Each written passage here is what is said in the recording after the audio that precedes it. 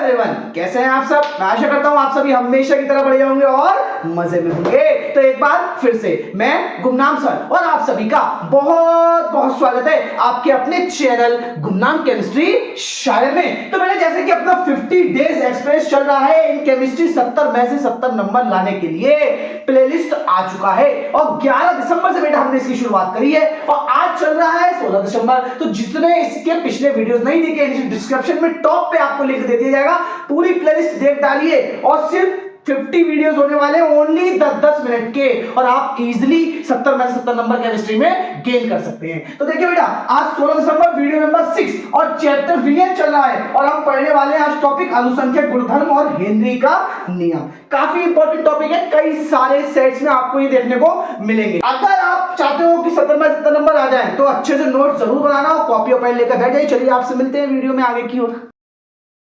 देखिए बेटा हेनरी का नियम, देखो हेनरी का नियम क्या कहता है, सिंपल सा यार आसान सी भाषा में हेनरी का नियम है। इस नियम अनुसार स्थिर ताप पर किसी गैस की द्रव्य विलयता, जिसको हमने एस से मान लिया है, विलयता गैस के आंशिक दाब जो कि पी है के समानुपाती होती है। मतलब कंडीशन क्या है, ताप कैसा होना चाहिए, स्थिर। तो जो विलयता होती है वो समानुपाती होती है उसके गैस के आंशिक दाब के। समानुपाती का निशान हटता है तो कांस्टेंट आता है, जो कि हेनरी ने के एच का इस्तेमाल किया तो के एच फॉर हेनरी इस तरह। ये तो हो गया हेनरी का नियम। अब मैं आपको थोड़ा सा ना इसके बारे में समझाता हूं। देखो जैसे कि ना एक ये विलियन है, कोई सा भी द्रव है। अब इस द्रव में कोई गैस है, इस गैस को हमें इसमें घोलना है।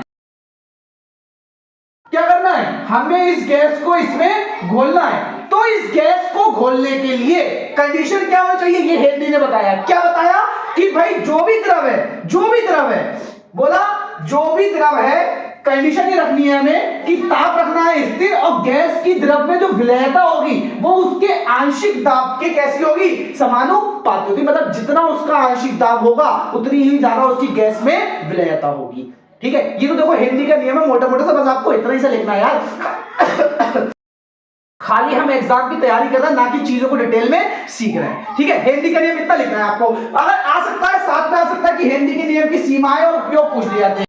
अगर सीमाएं आती हैं तो आपको दो सीमाएं याद रखनी है, दाब उच्च नहीं होना चाहिए, ताप कम नहीं होना चाहिए। और अगर उपयोग आते हैं तो उपयोग नंबर 1 है सॉफ्ट ड्रिंक में CO2 का घुलना।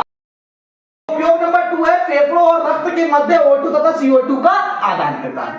ये आपको हो गया हेनरी का नियम। बस हेनरी के नियम के बारे में आपको इतनी बातें लिखनी है जितनी ये बोर्ड पर लिखी हुई है।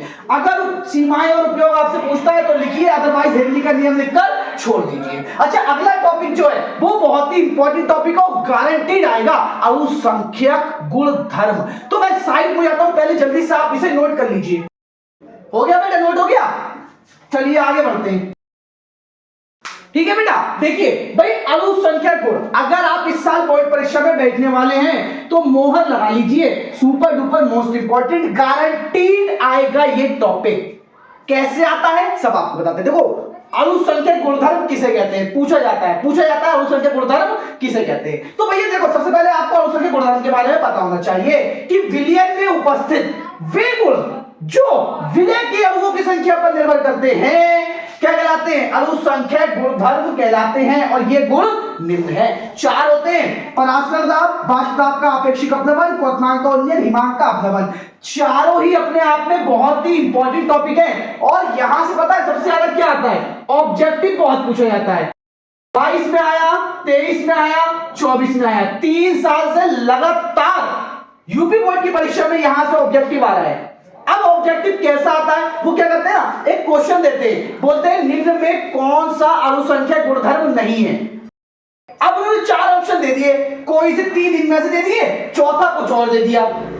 तो आपको उस वाले को हाईलाइट करना है जो इनमें से ना हो, इनके अलावा जो भी हो वो अनुसंख्यक गुणधर्म नहीं होगा। और एक क्वेश्चन इस तरीके से बोल देते हैं, निम्न में कौन सा अनुसंख्यक गुणधर्म है। अब वो क्या करेंगे, इन चारों में से किसी एक का नाम लिखेंगे और बाकी 3 को छोड़ देंगे। तो आपको जैसे ही इन चारों में से एक दिखे आपको वो वाला ऑप्शन सेलेक्ट कर लेना है। अगर डेफिनेशन आती है अनुसंख्यक गुणधर्म की तो आपको ये लिख देना है, सिंपल सी छोटी सी, विलयन में उपस्थित वे गुण जो विलय के अणुओं की संख्या पर निर्भर करते हैं अनुसंख्यक गुण कहलाते हैं। अब रही बात कि पराशर दाब पूछा जाता है, पीछे पढ़ा चुका हूं आपको। अगर आपने नहीं पढ़ा है, आप ये वीडियो पहली बार देख रहे हैं, तो नीचे डिस्क्रिप्शन में टॉप पे आपको प्लेलिस्ट का लिंक दे दिया जाएगा, वहां से जाकर आप इसकी पढ़ाई कर लीजिए। क्वथनांक का उन्नयन, हिमांक का अवनमन, नेक्स्ट वीडियो में यही तो टॉपिक पढ़ने हैं हमें। और बाष्प दाब का आपेक्षिक अवनमन, जब मैंने राउल का नियम पढ़ाया था तो वहां पर मैंने बताया था जो राउल का एक नियम होता है वो होता है बाष्प दाब का आपेक्षिक अवनमन विलय के मोल प्रभाज के बराबर होता है। तो जो बाष्प दाब का आपेक्षिक अवनमन होता है वो ये होता है P0 माइनस PS अपॉन में P0, और ये जो होता है ऊपर वाला ये होता है बाष्प दाब का अवनमन। तो जो बाष्प दाब का आपेक्षिक अवनमन होता है उसकी डेफिनेशन मैं आपको यही पर बोल देता हूं मोटे मोटे शब्दों में क्या होता है। तो बाष्प दाब का आपेक्षिक अवनमन बाष्प दाब के अवनमन तथा विलायक के बाष्प दाब के अनुपात को, या और छोटा कर दिया तो ऐसे लिख सकते हैं कि विलयन के बाष्प दाब के अवनमन तथा विलायक के बाष्प दाब के अनुपात को बाष्प दाब का आपेक्षिक अवनमन कहते हैं। और बराबर करके लिख दीजिएगा कि भैया बाष्प दाब का आपेक्षिक अवनमन बराबर होता है P0 माइनस PS अपॉन में P0। ये फॉर्मूला बन जाएगा आपका, ये बाष्प दाब का आपेक्षिक अवनमन होता है। पराशर दाब पढ़ चुके हैं, ये दो टॉपिक हमें नेक्स्ट वीडियो में डिस्कस करने हैं। तो आज की वीडियो में बेटा केवल इतना ही, ज्यादा लंबा वीडियो को नहीं करना है। और उम्मीद करता हूं आप दोनों टॉपिक अच्छे सीख गए होंगे। हिंदी का नियम एक भले को आप ढील दे सकते हैं, लेकिन अनुसंख्यक गुणधर्म पे आपको ढील नहीं देनी है। ये इस टॉपिक से या तो न्यूमेरिकल आएगा या क्या आएगा आपका, या आएगा थ्योरी। इसके ऊपर क्वेश्चन कराया जाएगा अनुसंख्यक गुणधर्म किसे कहते हैं। ठीक है, तो जल्दी से मैं पहले साइड में आप इसे नोट कर लीजिए। हो गया बेटा, नोट कर लिया। एक चीज मैं आपको यहां पर और बता दूं, बस इस चीज को आप याद रखिएगा जिससे आप इसके ऑब्जेक्टिव को सॉल्व कर सके। ठीक है, नोट कर लिख लीजिएगा, नोट कर। देखो भाई, विलय अणुओं